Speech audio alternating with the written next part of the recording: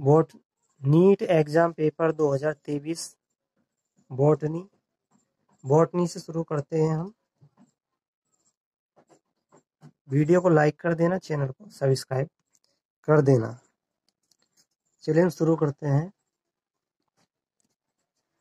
झिल्ली के आर पार सांद्रता के विरुद्ध झिल्ली के आर पार सांद्रता प्रवणता के विरुद्ध आयनों की गति और एकत्र होने की क्रिया किसके द्वारा व्याख्या की जा सकती है? इसका सही आंसर होगा सक्रिय परिवहन, ऑप्शन 3 के द्वारा।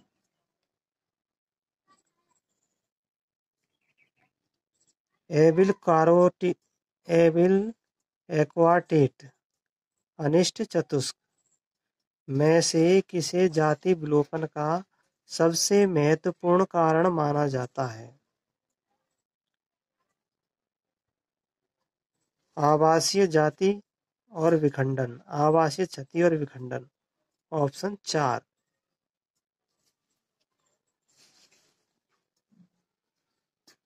निम्नलिखित में से विषम बीजाणु को टेरिडोफाइट के युग्म को पहचानिए। सिलेजिनेला और साल्विनिया। सही आंसर हो जाएगा ऑप्शन 1।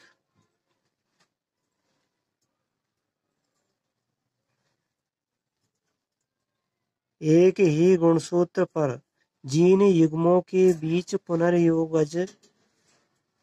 पुनर्योगजन की आवृत्ति को जीनों के बीच की दूरी के रूप में मापकर गुणसूत्र पर उनकी स्थिति का मापन का उपयोग सबसे पहले किसने किया था? क्या था? अल्फ्रेड स्टुर्टीवांट ने। ऑप्शन 2 राइट आंसर होगा।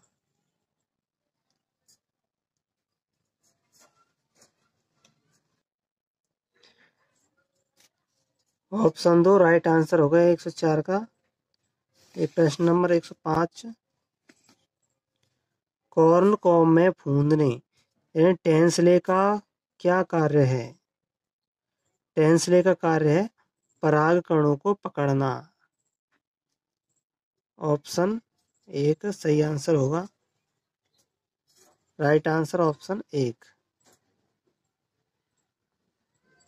सही कथनों को पहचानिए।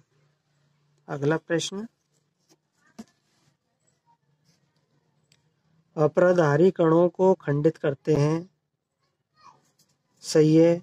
कुछ सूक्ष्मजीव जीवाणुओं द्वारा ह्यूमस और अधिक अपघटित होती है जिसे खनिजीकरण कहा जाता है। ये भी सही है। जल घुलनशील अकार्बनिक पोषक मृदा में नीचे चले जाते हैं और अवक्षेपित हो जाते हैं जिसे निक्षालन कहते हैं। ये भी सही है। और अपरद खाद्य श्रृंखला जीवित जीवों से आरंभ होती है। गलत है, मृत जीवों से आरंभ होती है। केंचुए अपरद को खंडित कर छोटे कणों में बदल देते हैं जिसे अपचयन कहते हैं। अपचयन एक रासायनिक क्रिया होती है जबकि जीव के द्वारा नहीं होती है, जीवाणु द्वारा एंजाइम द्वारा होती है, ऑक्सीकरण और अपचयन। तो ये गलत है, तो ऑप्शन 4 इसका सही आंसर होगा। नेक्स्ट क्वेश्चन की ओर चलते हैं।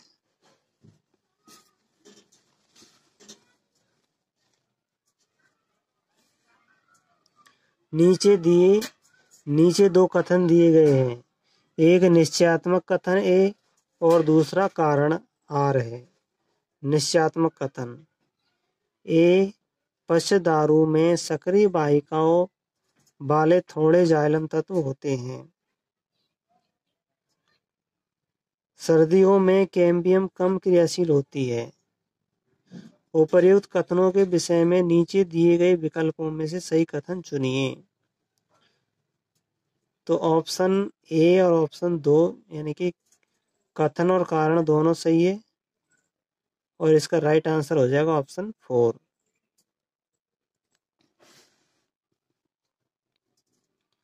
अर्धसूत्री विभाजन में पूर्वावस्था फर्स्ट की किस अवस्था में पुनर्योजन ग्रंथिकाएं दिखाई देने लगती है?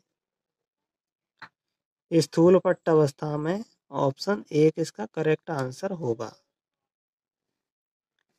प्रश्न नंबर 9, निम्नलिखित में से अर्धसूत्री विभाजन की कौन सी प्रावस्था में गुणसूत्र बिंदु का विभाजन शामिल है?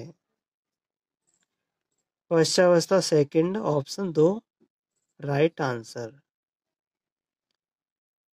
अगला प्रश्न 110, पुनर्योगज डीएनए तकनीक में शुद्धिकरण प्रक्रिया के दौरान शीतल एथेनॉल किसे अवक्षेपित करता है? डीएनए को अवक्षेपित करता है, ऑप्शन 1 इसका राइट आंसर होगा। क्वेश्चन नंबर 111, फैबेसी कुल सोलोनेसी और लिलियेसी से भिन्न है। पुंकेसर के संदर्भ में फैबेसी के उन लक्षणों को चुनिए जो सोलोनेसी या लिलियेसी में नहीं पाए जाते। तो द्विसंगी और द्विकोष्ठीय परागकोश, ऑप्शन 4 करेक्ट आंसर। बड़े रंगीन सुगंध युक्त तथा मकरंद से भरपूर पुष्प किसमें देखे जा सकते हैं? ये देखे जाएं कीट परागित पादपों में, ऑप्शन 4 सही।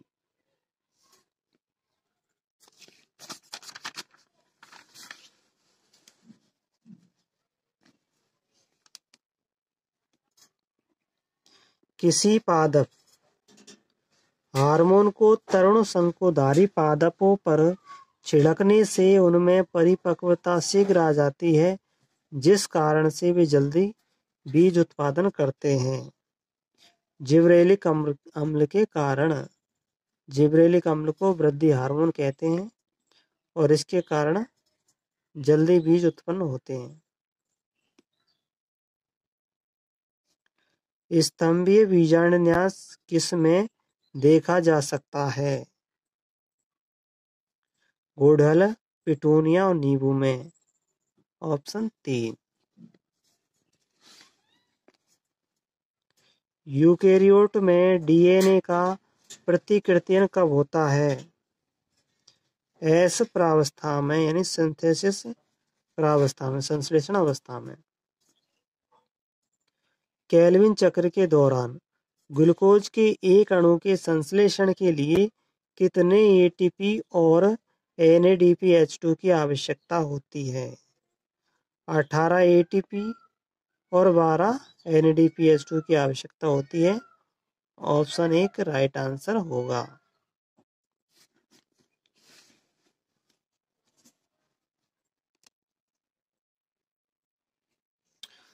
परपोषी कोशिका में बाहरी डीएनए को अंतःक्षेपित करने के लिए जीनगण विधि में प्रयुक्त सूक्ष्म कण किस धातु के बने होते हैं?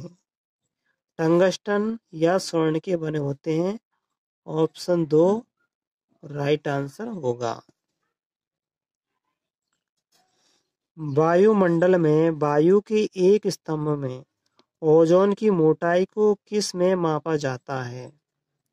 डाबसन यूनिट में नापा जाता है, ऑप्शन 4 राइट आंसर। डीएनए आनुवांशिक पदार्थ है, इसका विश्वसनीय प्रमाण का प्रस्ताव किसने दिया? ये दिया था अल्फ्रेड हर्शे और मर्था चेज ने दिया था, ऑप्शन 1 इसका राइट आंसर होगा। क्वेश्चन नंबर 20 की ओर चलते हैं।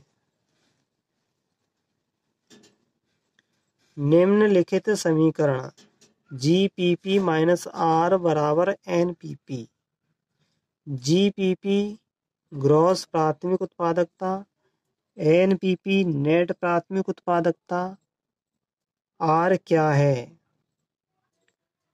R है श्वसन हानि, ऑप्शन 2 राइट आंसर। यूकैरियोट में अनुलेखन की प्रक्रिया में RNA पॉलीमरेज थर्ड की क्या भूमिका है? ट्रांसफर RNA, 5S RNA और SN आरएनए का अनुलेखन करना। ऑप्शन एक राइट आंसर होगा।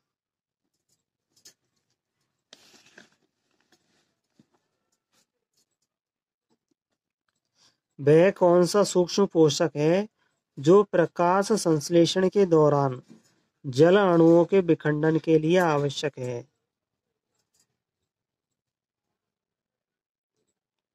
मैग्नीज। Option 4 right answer.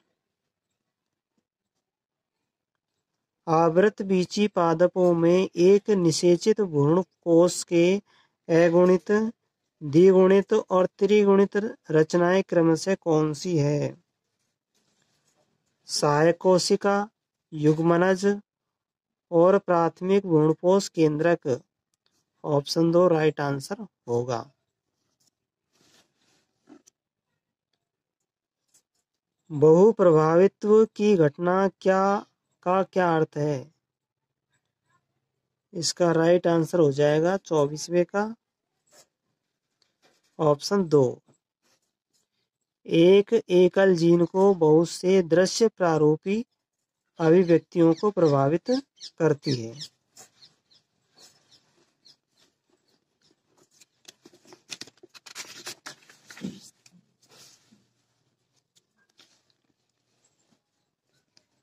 प्रश्न नंबर 125। नीचे दो कथन दिए गए हैं, एक निश्चयात्मक कथन है और दूसरा कारण आर है। निश्चयात्मक कथन ए, ग्लाइकोलिसिस में एटीपी का उपयोग 2 चरणों में होता है। कथन आर, पहले एटीपी का उपयोग ग्लूकोज को ग्लूकोज 6 फास्फेट में परिवर्तन के लिए होता है और दूसरे एटीपी का उपयोग फ्रक्टोज 6 फास्फेट को फ्रक्टोज 1,6 बाइफास्फेट में परिवर्तन के लिए होता है। उपर्युक्त कथनों के संदर्भ में नीचे दिए गए विकल्पों में से सही उत्तर का चयन करना है। तो सही उत्तर हो जाएगा ऑप्शन 4। ए और आर दोनों सत्य है और आर ए की सही व्याख्या करता है। Question number 26। सेलुलोज आयोडीन के साथ मिलकर नीला रंग नहीं देता, क्योंकि इसमें जटिल कुंडलिनी नहीं होती। अतः आयोडीन अणुओं को पकड़ कर नहीं रख सकता। ऑप्शन 2 इसका राइट आंसर होगा। 27। गहरे जल वाले चावल में कौन सा हार्मोन पर्व या व्रंत के लंबन को बढ़ाता है? Ethylene hormone. ऑप्शन 2 इसका राइट आंसर होगा। Question number 128। व्यक्त अनुक्रम घुंडी क्या है?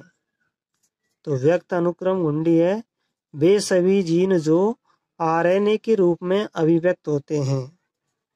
वे सभी जीन जो आरएनए के रूप में अभिव्यक्त होते हैं व्यक्त अनुक्रम घुंडी कहलाती है। ऑप्शन 4 इसका राइट आंसर होगा। नीचे 2 कथन दिए गए हैं, कथन और उपयुक्त कथन का चयन करना है। वाष्पोत्सर्जन के उत्पन्न बल एक जाइलम आमाप के स्तंभ के जल को 130 मीटर ऊंचा उठा सकता है। वाष्पोत्सर्जित शीतलन के द्वारा वाष्पोत्सर्जन पत्ती की सतहों को कभी कभी 10 से 15 डिग्री ठंडा करता है। तो यहाँ पर कथन 1 और कथन 2 दोनों सही है। ऑप्शन 4 इसका राइट आंसर होगा। प्रश्न नंबर 130। एथिडियम ब्रोमाइड द्वारा रंजित डीएनए को वायु विकिरण। एथिडियम ब्रोमाइड द्वारा रंजित डीएनए को यूवी विकिरण यानी कि अल्ट्रावायोलेट एंड पराबैंगनी विकिरण में अनावृत करने पर कौन सा दिखाई देगा? चमकीला नारंगी रंग। ऑप्शन 3 राइट आंसर होगा, ऑप्शन 3। जैव विविधता पर ऐतिहासिक सम्मेलन अर्थ समिट रियो द जिनेरिया में किस वर्ष हुआ था?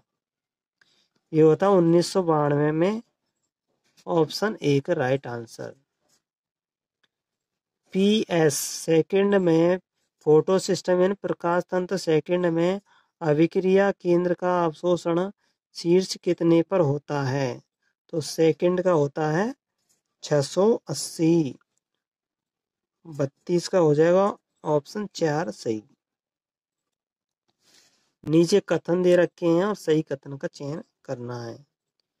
तो निश्चयात्मक कथन, मास में युग्मकोद्भिद जीवन चक्र की प्रथम अवस्था प्रोटोनीमा है।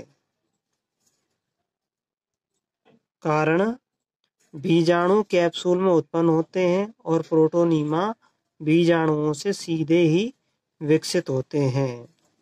तो उचित विकल्प का चयन करना है, यानी कथन और कारण दोनों सही है और RA की सही व्याख्या करता है, ऑप्शन 4 करेक्ट आंसर होगा। ऊतक संवर्धन प्रयोग में पर्ण मध्योतक कोशिकाओं को एक संवर्धन पोषी माध्यम में कैलस बनाने के लिए रखा गया। इस घटना को क्या कहा जा सकता है? इसको कहते हैं निर्विभेदन, ऑप्शन 1 राइट आंसर।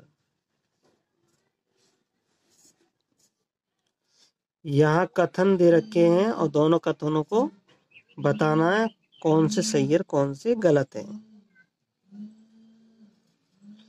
मध्य आदि दारुक और वाह्य आदि दारुक शब्द का उपयोग पादपों में द्वितीयक जाइलम की स्थिति का वर्णन करने के लिए किया जाता है।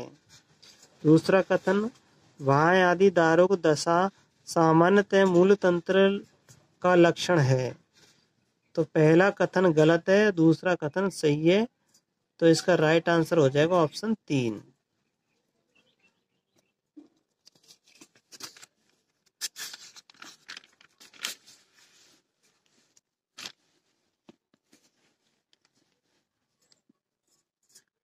अब ये बॉटनी का सेक्शन भी आ गया और इसमें से 15 प्रश्न दिए होते हैं जिनमें से 10 प्रश्न करने होते हैं। तो बॉटनी के बी सेक्शन को देखते हैं। क्वेश्चन नंबर 136, सही कथनों को पहचानिए। तो इसमें सही कथन पहचानने हैं, तो मैं सही कथन बता देता हूँ। तो सही कथन है इसमें केवल A और D सही आएगा 36वें का, ऑप्शन A राइट आंसर। यानी बातरंध्र लेंस के आकार के छिद्र होते हैं जो गैसों का आदान प्रदान करते हैं। और D में है छाल परिचर्म और द्वितीयक फ्लोएम के संदर्भ में प्रयुक्त होता है।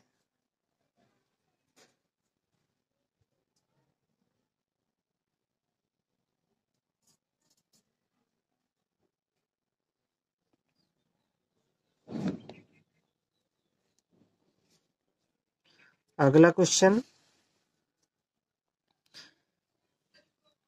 सूची फर्स्ट को सूची सेकंड से मिलाना है। तो यहाँ इसका ऑप्शन 4 इसका राइट आंसर होगा। ऑप्शन 4 में क्या है, यानी ससंजन बल जल अणुओं के बीच परस्पर आकर्षण बढ़ाता है और आसंजन बल यह द्रव अवस्था में जल की ध्रुवीय सतहों की ओर आकर्षण करता है।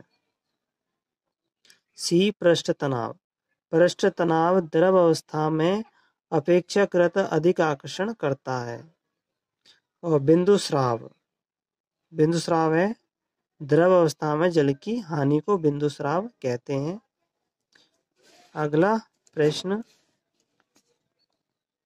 सूची फर्स्ट को सूची सेकंड के साथ सम्मिलित कीजिए। तो इसका सही आंसर हो जाएगा ऑप्शन 2। 2 में एक है एम प्रावस्था यानी मध्यावस्था समविभाजन होता है। एम प्रावस्था में समविभाजन होता है। और G2 प्रावस्था में प्रोटीन का संश्लेषण होता है।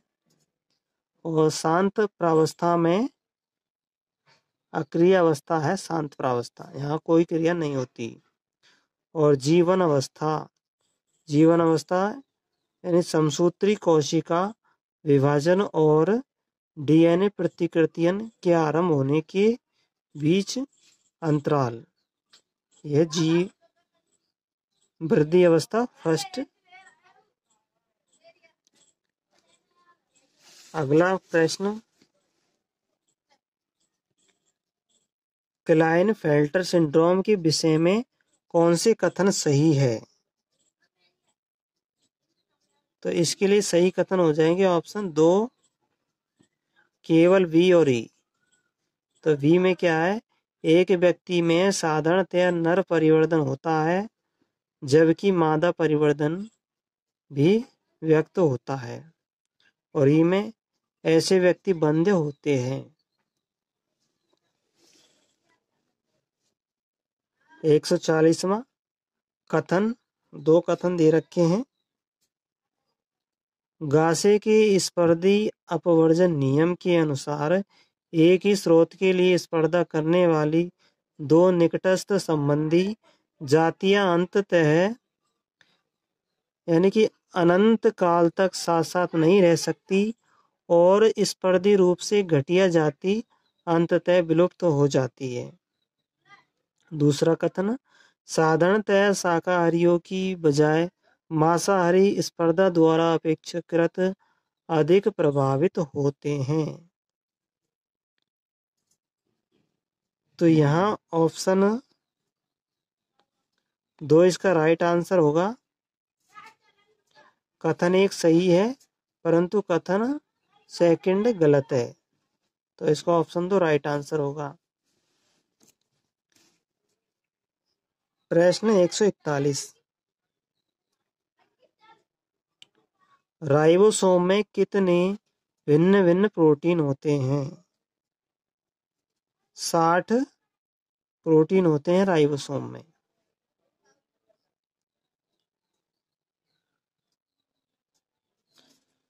सॉरी 141 में ये नहीं आएगा, ये आएगा 80 प्रोटीन होते हैं। राइबोसोम में कितने भिन्न भिन्न प्रोटीन होते हैं? तो ये होते हैं 80 प्रोटीन, ये राइट आंसर होगा। 142, निम्नलिखित में से कौन सा समायोजन रासायनिक परासरण के लिए आवश्यक है? तो इसमें ऑप्शन 4 राइट आंसर होगा। झिल्ली, प्रोटीन पंप, प्रोटॉन प्रवणता और एटीपी सिंथेसिस।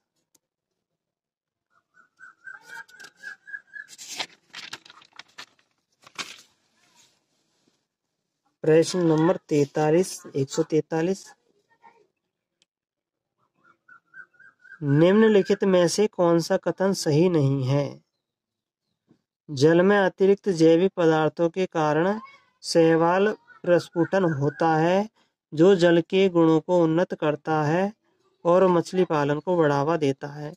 तो इसका यही आंसर गलत होगा और यही यानी कि यही कथन गलत होगा और इसका प्रश्न का उत्तर ऑप्शन 1 सही होगा। सूची फर्स्ट को सूची सेकंड से मिलाना है।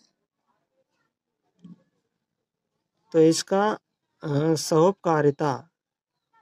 सहोपकारिता में ऑप्शन 4 यानी कि दोनों ही जीव लाभ प्राप्त करते हैं और इसका राइट आंसर हो जाएगा ऑप्शन 1 सही होगा। दोनों ही जीवों को लाभ मिलता है सहोपकारिता में, और सहभोजिता में एक को लाभ मिलता है और दूसरे को न लाभ होता न हानि। अंतरजातीय परजीविता में एक को हानि होती है और दूसरे को न हानि होती है न लाभ होता है। और परजीविता में एक को लाभ मिलता है और एक को हानि होती है परजीविता में।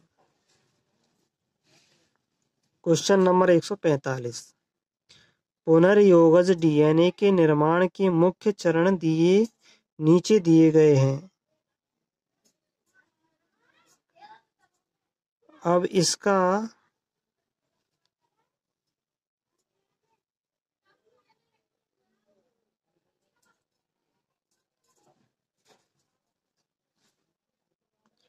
तो इसका 2 और 4 इसका राइट आंसर होगा, यानी कि दूसरा और चौथा। ये दो प्रश्न,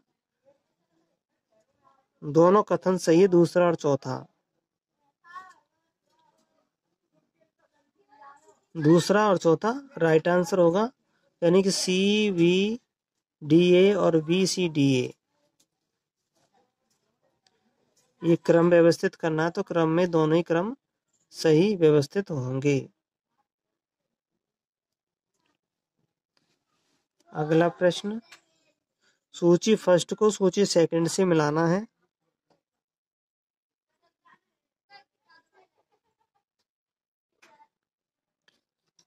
तो यहाँ इसका सही ऑप्शन हो जाएगा 46वें का 2। ऑप्शन 2 इसका राइट आंसर होगा। लोहा कैटेलेज का सक्रिय कारक है। जिंक ऑक्सीजन का संश्लेषण करता है। बोरॉन कोशिका का लंबन और विभेदन करता है। मोलिब्डेनम नाइट्रेट रिडक्टेज का घटक है। अगला प्रश्न नंबर 147। सूची फर्स्ट को सूची सेकंड के साथ सुमेलित करना है। तो यहाँ 147 का सही आंसर हो जाएगा ऑप्शन 3। ए का है ऑक्सीडेटिव। ऑक्सीडेटिव का मिलान होगा सेकंड से pyruvate dehydrogenase. Glycolysis citrate synthase और ऑक्सीडेटिव फास्फोरिलेशन इलेक्ट्रॉन परिवहन तंत्र में इसका उपयोग होता है। और ट्राई कार्बोक्सिलिक अम्ल चक्र, यह सिट्रेट सिंथेटिज में उपयोग होता है।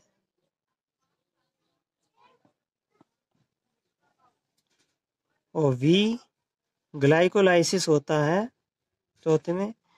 AMP परिपथ में इसका उपयोग होता है, EMP परिपथ। अगला प्रश्न, दोनों कथन दे रखे, कथन और कारण का स्पष्टीकरण करना है। कथन है, अनावृत बीजी पादपों में पराग कण सूक्ष्म बीजाणु धानी से मुक्त होते हैं और वायु द्वारा ले जाए जाते हैं। कारण, वायु धारा पराग कणों को स्त्री धानी के मुख पर ले जाती है और यहाँ नर युग्मक छोड़े जाते हैं और पराग नलिका का निर्माण नहीं होता। तो इसका राइट आंसर हो जाएगा ऑप्शन 2, इसका करेक्ट आंसर होगा। यानी पहला ऑप्शन सही है परंतु दूसरा गलत है। अगला प्रश्न 149।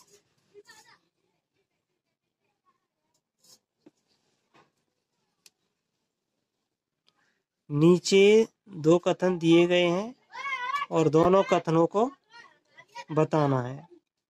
एक पुष्प को रूपांतरित तने के रूप में परिभाषित किया जाता है जिसमें प्ररोह मेरिस्टेम का परिवर्तन पुष्पीय मेरिस्टेम में होता है।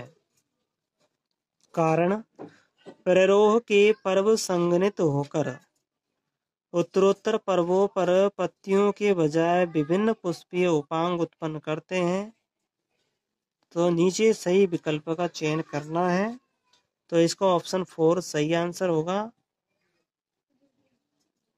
कथन और कारण दोनों सत्य है और सही व्याख्या करता है। प्रश्न नंबर 150। मेलोनेट किसकी सक्रियता को रोककर रोग कारक जीवाणुओं की वृद्धि को रोकता है? तो ये सक्सिनिक डिहाइड्रोजिनेज, ऑप्शन 4 इसका राइट आंसर होगा। प्रश्न नंबर, अभी जूलॉजी का पार्ट आ गया। प्रश्न नंबर 51, दो कथन दिए हुए हैं। एक प्रोटीन की कल्पना एक रेखा से की गई है। इसका बायां सिरा प्रथम एमिनो अम्ल सी सिरा एवं दायां सिरा अंतिम एमिनो अम्ल एन सिरा निरूपित करता है। दूसरा कथन, वयस्क मानव हीमोग्लोबिन में 4 उपखंड होते हैं, 2 अल्फा किस्म के उपखंड एवं 2 बीटा किस्म के उपखंड। तो सही विकल्पों का चयन करना है। इसका सही आंसर हो जाएगा ऑप्शन 3। कथन एक असत्य है और लेकिन कथन दूसरा सत्य है। प्रश्न नंबर 152, किस संघ के वयस्कों में अरीय सम्मिति नहीं पाई जाती? राइट आंसर हो जाएगा ऑप्शन 1, हेमिकॉर्डेटा संघ के सदस्यों में अरीय सम्मिति नहीं पाई जाती।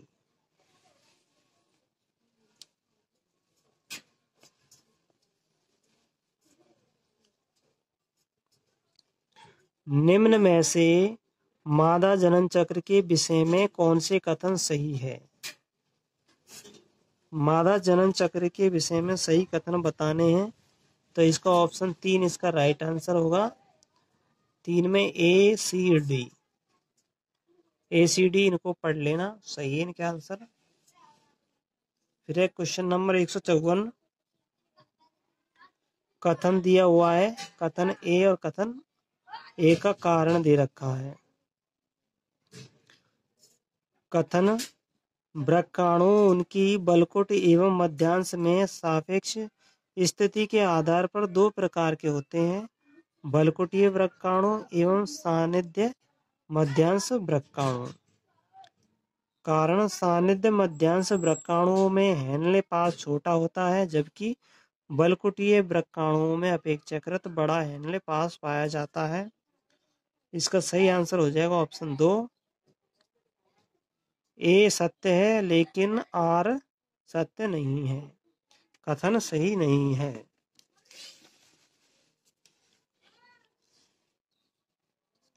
प्रश्न नंबर 155, मानव नेत्र के संबंध में सूची फर्स्ट को सूची सेकंड से मिलाना है। तो सूची फर्स्ट में इसका राइट आंसर हो जाएगा 55 का ऑप्शन 4, ए फोबिया। फोबिया है अधिकतम दृश्य तीक्ष्णता या विभेदन का बिंदु। आइरिस, नेत्र का देखने योग्य रंगीन भाग जो प्यूपिल के व्यास को नियंत्रित करता है। अंध बिंदु, यह बिंदु जहां से दृक तंत्रिका नेत्र गोलक को छोड़ती है और वहां प्रकाश संवेदी कोशिकाएं अनुपस्थित होती है। सक्लेरा, नेत्र के बाहरी परत जो सघन संयोजी ऊतक की बनी होती है। अगला प्रश्न, निम्न में से कौन से अंतः झिल्लिका तंत्र का भाग नहीं माने जाते? करेक्ट आंसर हो जाएगा ऑप्शन ए।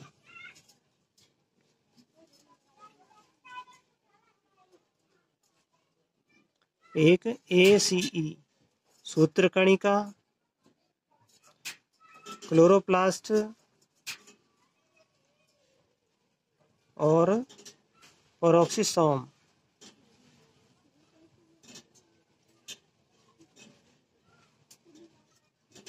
प्रश्न नंबर 157, किस से पीड़ित व्यक्ति में एक पाल्म क्रीज के साथ चौड़ी हथेली देखी जाती है? डाउन सिंड्रोम में देखी जाती है ऑप्शन